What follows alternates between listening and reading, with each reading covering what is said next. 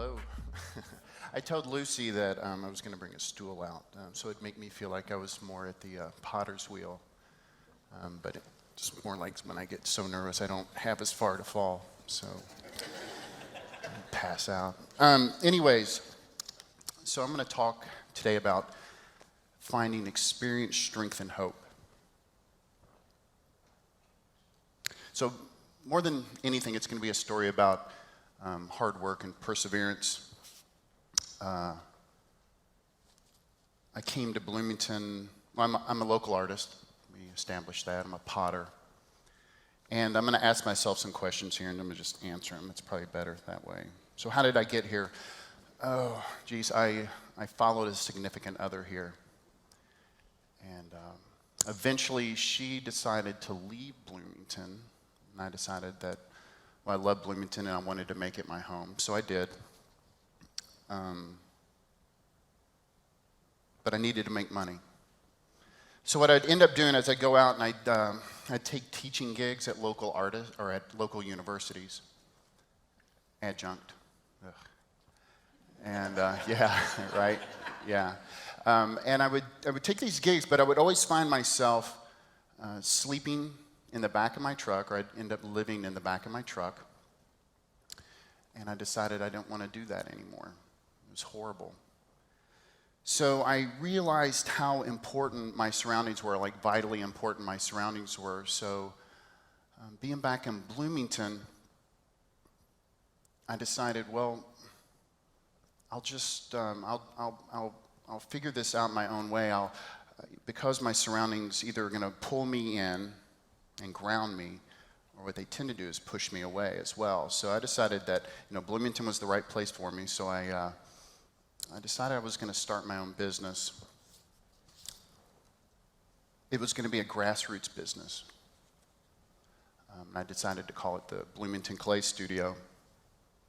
And the clay studios had some great success. We've also had some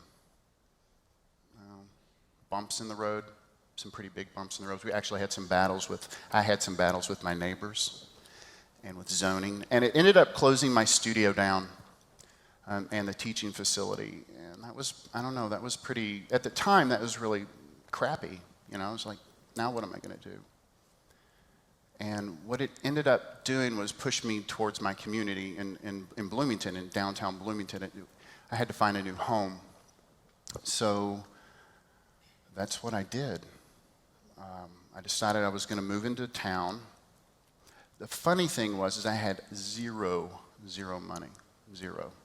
And I still don't have any money. But what I did have was like lots and heaps of faith. And so if you can have faith in something and you know that there's no guarantees, well, I call that surrender, right? And so I surrendered to this whole idea of finding this place in Bloomington proper. And so I just jumped in. And I jumped in with Cynthia Brubaker, preservation developer, and with Maya Michelson with the Bloomington Entertainment's Arts District. And I had the team, I had some just incredible people to help me find a new home. Cindy and I, on the other hand, we're a good team. She's my boss now, by the way. We looked all over Bloomington trying to find stuff. And eventually, she's like, Daniel, we need to go look at this Fell building, the Eiffel building. It's down on the corner of 4th and Rogers. And I'd driven by it 1,000 times, I bet, and it never made any kind of impact on me. And it didn't take but just a few minutes in the building. And I remember I looked over at Cindy, she back at me, and I had that, oh shit, look on my face, like that was the right building. And I think she came over and gave me a high five. And we decided what we were going to do is we're going to start a business together. We were going to partner up, and we were going to call it the Eiffel LLC, Arts Development Group. And by group, I mean Cindy and myself. And anyways, we onboarded the transoms. We We got the shades up on the building. It was kind of a dark building, lightened it up, and we just dug in on it. We renovated it, or started to renovate it. We turned space that was not being used into rentable studio space, affordable space, and within months, we maxed the building out. Like, we're just totally full. And that's pretty, I don't know, that's inspirational to me. And what else did we do? We've done all kinds of great stuff down there. Oh, so if you were going to go to the Fell building tonight, which you should all come by, say hey, this is probably what you would experience. You would probably smell paint drying, like oil paint, mineral spirits. You definitely get that. You'd probably hear the cranking and roll of a printer's press, hammering metal from one of our jewelers. What else would you get? Oh, we got a spray paint artist, and so you'd probably hear the hiss of a spray paint can. So a lot of those things I just talked about were like some experiences that I've had here in Bloomington that have been amazing, and some of the things that have made me a stronger part of the community, stronger person anyways. And so now what I'm going to talk about really quick, because I'm going to be in the red here in a minute, is hope. And so hope, I'm not always sure what my hope for my community is.